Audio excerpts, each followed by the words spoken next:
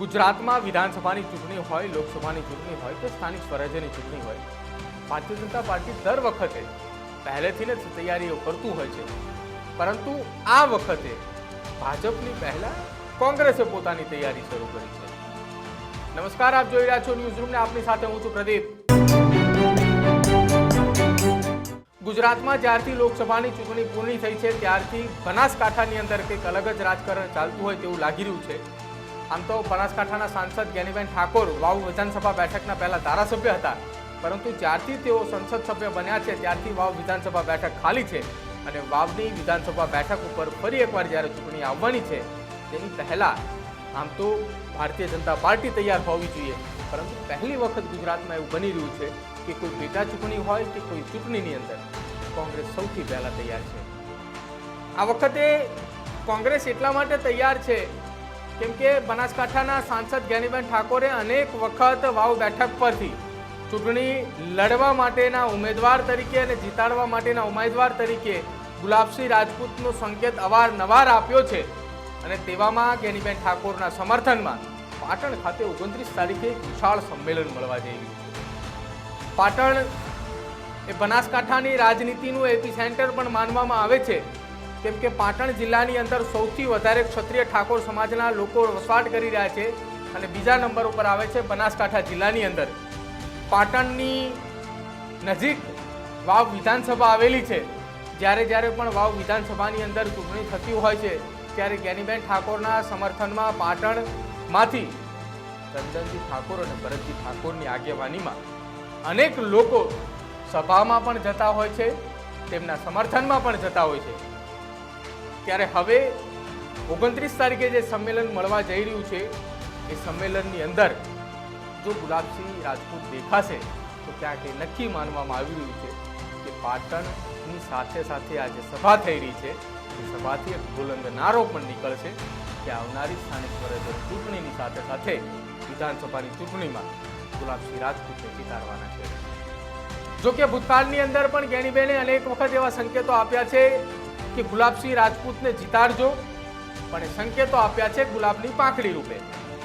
પહેલા તો એ સાંભળો કે જ્ઞાનીબેન ઠાકોરે આગામી 29 તારીખે સ્થાનિક સ્વરાજ્યની ચૂંટણીને લઈને શું મોટી જાહેરાત કરી છે અને કેમ પાટણ ખાતે ઉત્તર ગુજરાતના સર્વે સમાજને એકત્રિત થવા માટે કહ્યું. તારીખ 29/9/2024 12 વાગે પાટણ પ્રગતિ મેદાન ખાતે સમગ્ર ઉત્તર ગુજરાતના ઠાકોર સમાજને સર્વ સમાજ મારફત સત્કાર સમારંભનું આયોજન થઈ રહ્યું છે. ત્યારે આપ સૌ કોંગ્રેસ પરિવાર, સર્વ સમાજ અને ઠાકોર સમાજના સૌ અગ્રગણ્ય આગેવાનો, વડીલો, યુવાન ભાઈઓ, વિવિધ સંગઠનો અને આમ જનતાને પાટણ મુકામે વધારવા માટે ભાવભીનું આમંત્રણ આપું છું. આયોજન એક ક્ષત્રિય ઠાકોર સમાજનું છે, પણ સર્વ સમાજને જ્યારે અહીંયા બળદેવજી ઠાકોર, ચંદનજી ઠાકોર, રામભાઈ, ભરતજી ઠાકોર, અમરતજી ઠાકોર, દિનેશભાઈ ઠાકોર આ બધા જ પોતપોતાના તાલુકામાં પોતપોતાના વિસ્તારમાં બધા આગેવાનોને સાથે રાખીને આવવા માટેનું આમંત્રણ પાઠવી રહ્યા છે. ત્યારે આપ સૌ આવનાર એક કોંગ્રેસ પાર્ટી હોય અને સર્વ સમાજ હોય ત્યારે હળી મળીને આવનાર વિધાનસભાની ચૂંટણી હોય, તાલુકાની હોય, જિલ્લાની હોય, આ તમામ ચૂંટણીઓને ધ્યાનમાં રાખીને પણ આપ સૌ મોટી સંખ્યામાં ત્યાં વધારી અને પ્રગતિ મેદાન ખાતે આપ સૌ વધારશો એવું આપ સૌને ફરીથી પણ ભાવભીનું આમંત્રણ પાઠવું છું. જ્ઞાનીબેન ઠાકોરે પાટણ ખાતે આ સંમેલનમાં તમામ સમાજના લોકોને તો બોલાવ્યા છે, પરંતુ બનાસકાંઠાની અંદર પણ એક બેઠક દરમિયાન જ્ઞાનીબેન એવું કહ્યું હતું કે ગુલાબની પાંદડીઓ ઉડાડજો.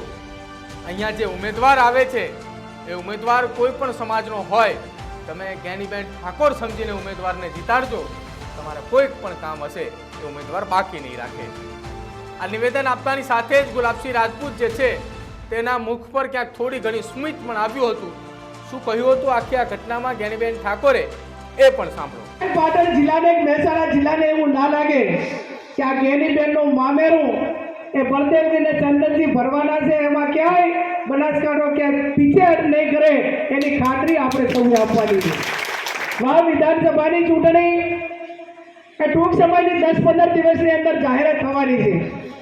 મને તમે આ 2 વખત ધારાસભ્ય બનાવીને છે કે લોકસભા સુધી મૂકી છે અને વિશેષમાં આજે મારા ઠાકોર સમાજને બે હાથ જોડીને વિનંતી કરું છું કે મહા વિધાનસભાની 2 વખત 3 વખતની ચૂંટણી હોય કે બનાસકાંઠા લોકસભાની ચૂંટણી હોય એની અંદર કદાચ ઠાકોર સમાજનો હું ઉમેદવાર હોઉં એટલે હોય પણ સર્વ સમાજે તમારી બેન દીકરીને આવડી મોટી કરી છે ત્યારે ઠાકોર સમાજની એ આવનાર સમયની અંદર વિશેષ જવાબદારી થાય છે અને વિશેષ જવાબદારીના ભાગરૂપે જ્યાં પણ હગુવાનું લાગતું હોય બીજા તાલુકાના હોય જ્યાં બીજા સમાજો જોડે તમારું ધર્મેલું હોય સંબંધો હોય યા એક સંબંધોનો ઉપયોગ કરીને જે પણ મોવડી મંડળ જેને વિધાનસભાની ટિકિટ આપે એમ માનજો કે આ ગેનીબેનના 3.5 વર્ષ એના હકના હતા અને અમે ચાક ભાવ વિધાનસભા 1500-1600 એ માઇનસ થયા ને તો એનો હક હતો એ જે મોવડી મંડળ કે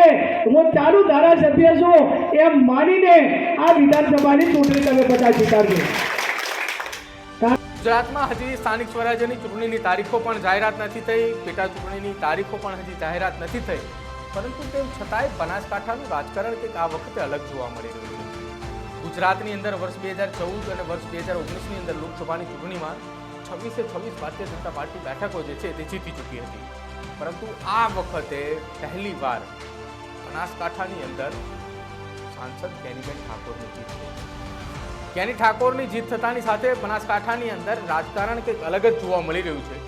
એક તરફ ગુજરાતનું રાજકારણ અલગ દેખાઈ રહ્યું છે અને બીજી તરફ ઉત્તર ગુજરાતના માત્ર ને માત્ર બનાસકાંઠા અને પાટણ જિલ્લાનું રાજકારણ ક્યાંક અલગ દેખાતું હોય તેવું લાગી રહ્યું છે.